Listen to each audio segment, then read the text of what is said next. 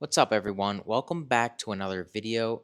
Today, let's just kick back, do a nice Q&A. I'm answering some questions, just chilling out. This is related to pizza baking in a home oven. What is the best method, temperatures, and timing? Now, this is a good question.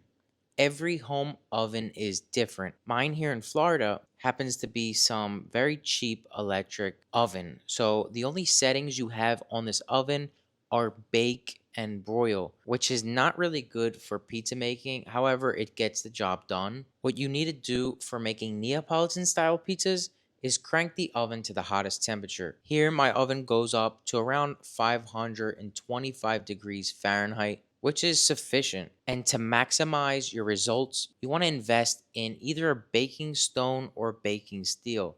Now, these happen to be sold on Amazon. I'll link into the description the ones that I specifically used. They are very good and they've lasted me for a long time. Now, you have your home oven, you have it cranked to the maximum heat. Next is strategizing what rack are you going to put that pizza on. So, in your pizza oven, there's a couple racks from the bottom to the top. I suggest bake your pizza starting from the bottom and also use steam. So obviously the oven isn't steam injected.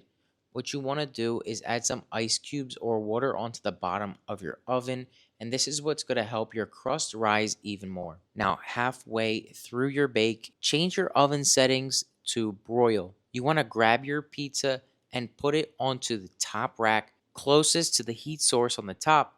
This way your crust gets a nice caramelization. The bottom and the top of your pizza are cooked quite the same and your toppings melt at the same rate. So my only and best suggestion is cranking your oven's heat, utilizing the oven's racks, and purchasing and investing in a baking steel or stone. Another question here we have related to pizza dough stretching technique. So when you open up the dough ball, does the smooth side stay on the top or does the smooth side go on the bottom? Lately, I've been doing smooth side on top. And this is only because I've seen better results where the crust will bubble up a little irregularly, which I kind of like for the aesthetics of your pizza. If you want to be consistent, keep that smooth side on the bottom. It's going to help your pizzas get a nice, even leoparding on the bottom, as well as not sticking as much, than keeping that smooth side on top. Now, it's a preference thing here. I would suggest if you're a beginner baker, use the smooth side on the bottom, but then once you get better at stretching and baking pizzas, try the smooth side on top and tell me what you think down below. So, Irene here, she commented, I have been very happy with your Polish pizza dough. Always great results. One reasons I love it is that you don't need a spiral mixer. And she wonders, could she even do better with the right mixer? I make almost 6 to 8 pizzas a week.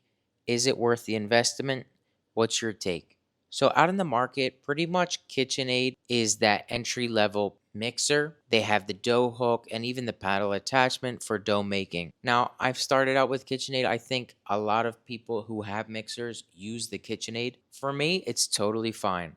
However, if you are diving deep into bread making and pizza dough making, you need to invest in a better mixer and it will cost money. Now, I really didn't know my potential for pizza making until I bought a real Italian dough mixer. And with the good mixer, you can create every dough you want and ever dreamed of. The results are way better than that of a KitchenAid, but the price jump is quite different. If you are on the bridge of deciding, listen, I highly suggest you just invest in it.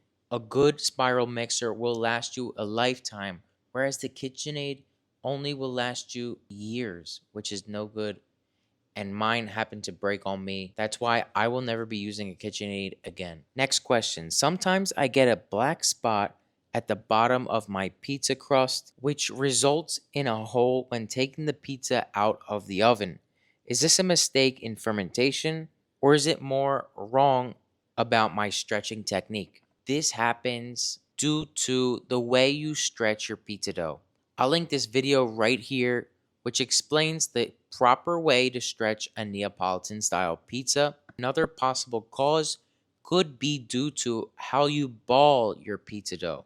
The way you close the ball and make that knot on the bottom of your dough really will tell you if you did a good job or not, especially when you stretch the pie.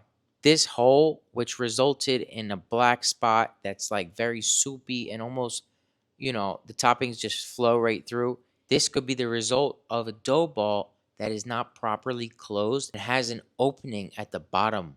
If that dough ball never closes, then you haven't closed that gluten structure, creating a weak spot in your dough. And when you stretch it, it will become very thin. So, number one, make sure when you ball up your dough, close that bottom knot. And number two, practice the stretching technique I linked in the video before. Last question. Hey Jules, I see that you're a chef. So what are your near future plans?